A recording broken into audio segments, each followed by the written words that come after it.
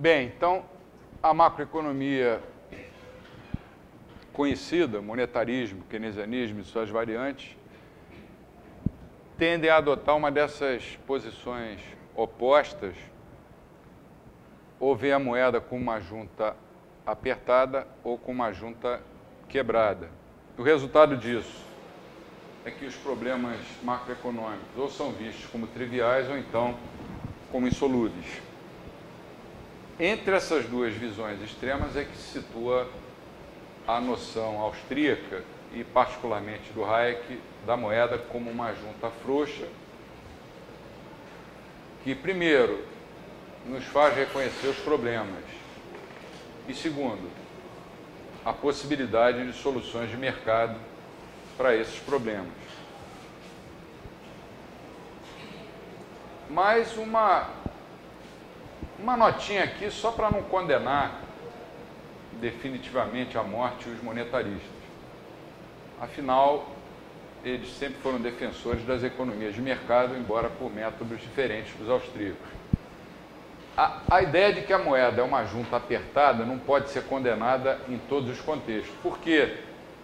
Um deles é que ela conduz, por exemplo, as noções da moeda como um véu. O que é moeda como um véu? Como eu vou explicar isso? Que a moeda no longo prazo, ela tende a afetar mais as variáveis nominais do que as variáveis reais. Bem como aquele núcleozinho de verdade da teoria quantitativa da moeda, que é, resumindo, dizer que a inflação é um fenômeno monetário. Você dizer nos anos 50 ou 60 o que o Friedman dizia, que a inflação era um fenômeno monetário provocado por um excesso de moeda em relação à demanda, era uma coisa considerada absurda, radical, ultradireitista. O Friedman, quando ganhou o Nobel, foi em 76, se não me engano, ele foi recebido pelos estudantes em Estocolmo com uma ovação de ovos e tomates, porque ele era visto como um cara de ultradireita. Mas, como o Hayek falou para ele, essa teoria quantitativa da moeda sua só tem uma coisa de boa, que é a conclusão. O resto eu jogo fora. Mas, agora vamos voltar a ser austríacos. A gente tem que reconhecer que essas teorias são muito simples quando confrontadas com o mundo real. O que é a economia da mainstream? Voltando um pouco no tempo, o economista sueco, Knut, K-N-U-T, Knut Wicksell, ele geralmente é considerado como tendo sido o primeiro que integrou as teorias monetárias e do valor.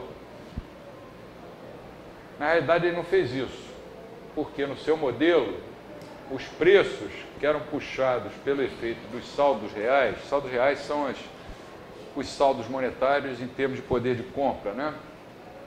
Movem-se todos para cima ou para baixo.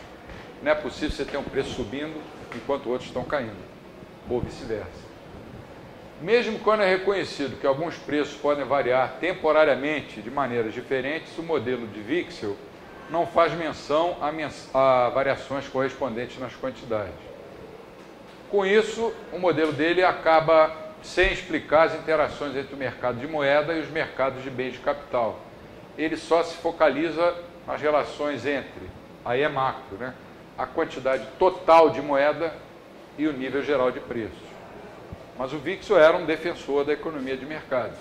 Eu fui na graduação aluno do então ministro professor Otávio Gouveia de Bulhões, que era declaradamente um Wickseliano. E ele aplicou as ideias de Wicksell no Ministério da Fazenda e derrubou a inflação que o João Goulart deixou, na época, em 91% ao ano. Mas, na obra do Wicksell, você fica preso ainda à macroeconomia. Ele não integrou a teoria monetária com a teoria do valor e deixou também de lado o fator tempo.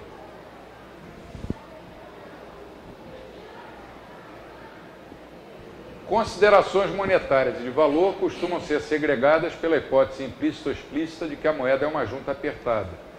E é essa segregação entre as teorias monetárias e do valor que costuma levar à substituição da estrutura de capital, da estrutura do Karl Menger, de produção, por algum agregado, como o PIB.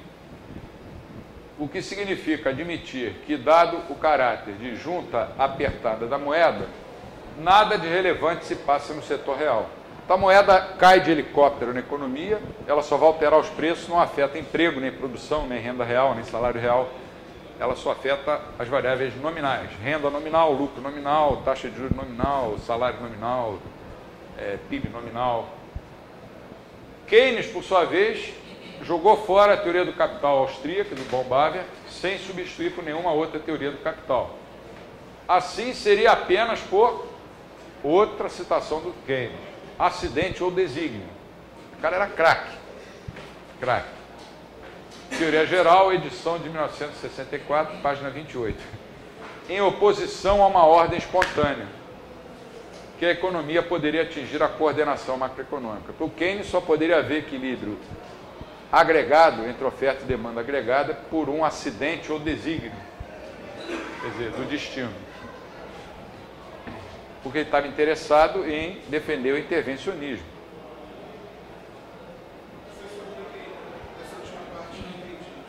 Vou voltar. Como Keynes deixou de fora a teoria do capital, ele não conseguiu fazer uma análise completa. E sem uma teoria do capital, você não consegue explicar como é que a coordenação econômica ela é atingida. Então ele acabou apelando para essa... É uma fuga, né? Você dizer que só por acidente é que a economia vai encontrar um equilíbrio macroeconômico. Por quê? Porque falta uma teoria do capital por trás para explicar. Ou porque vai encontrar o equilíbrio, ou se ele quiser se defender, que não, para mostrar que não ia encontrar o equilíbrio. Mas a economia só não vai, os agregados só não vão efetivamente se equilibrar por acidente possível. Porque assim, não. Na verdade, eles tendem a esse equilíbrio, mas eles nunca chegam a ele. Então, se eles chegarem, eles por acidente. Mas é diferente dizer que... Sim, claro que é diferente, mas nesse sentido. Eles vão tender para o equilíbrio, tanto no nível micro, como, se a gente quiser, no nível macro. Mas não vai ser por acidente, vai ser pela ação humana, racional. O Keynes dizia, não, uma coisa, sei lá, extraterrestre. Ele dizia que não depende dos preços. Não depende dos preços. Está dizendo aí que é uma coisa... extraterrestre. Sei lá o que aconteceu aí no PowerPoint, entrou tudo uma vez, deixa. Qual a hipótese de que a moeda é uma junta quebrada? Keynes e os keynesianos, de várias conotações, sempre acabam descartando a solução de mercado para os problemas macroeconômicos. Você vê que sempre tem um keynesiano defendendo que o governo deve desvalorizar o real, o outro dizendo que ele deve mexer no salário, o outro que ele deve fixar certos preços. Sempre tem uma coisa de desconfiança em relação ao sistema de preços. De certa forma, hoje já ficou patente que você não pode querer controlar as três variáveis ao mesmo tempo. Você tem que ter alguma, você tem que deixar. Alguma você tem que deixar. Isso tem até um nome que me foge agora. Trindade impossível. Teorema da impossibilidade da trindade. Mas isso eu acho que já é um avanço. Já é um avanço, porque antes eles queriam controlar tudo. Sob essa perspectiva alternativa, a teoria macro oferecida por Mises, Hayek e outros austríacos é um meio termo. Ela é um meio termo entre o curto e o longo prazo. Mas, ao mesmo tempo, ela é radical, porque ela vai direto na raiz dos problemas. Raiz, radical.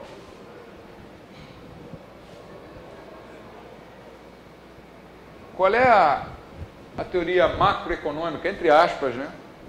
Porque para nós macroeconomia é uma coisa fictícia, mas nós temos que falar a linguagem dos outros.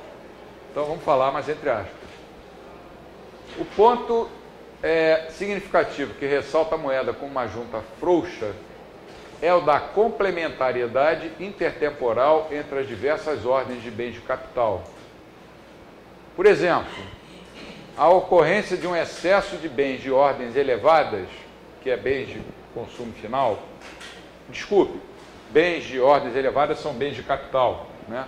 Então, a ocorrência de um excesso de bens de ordens elevadas que será removido no futuro através do surgimento de bens de ordens inferiores. Por exemplo, cimento, que é de ordem elevada, para ser usado na indústria de construção civil, que é de uma ordem mais inferior. Não é visto imediatamente como um excesso.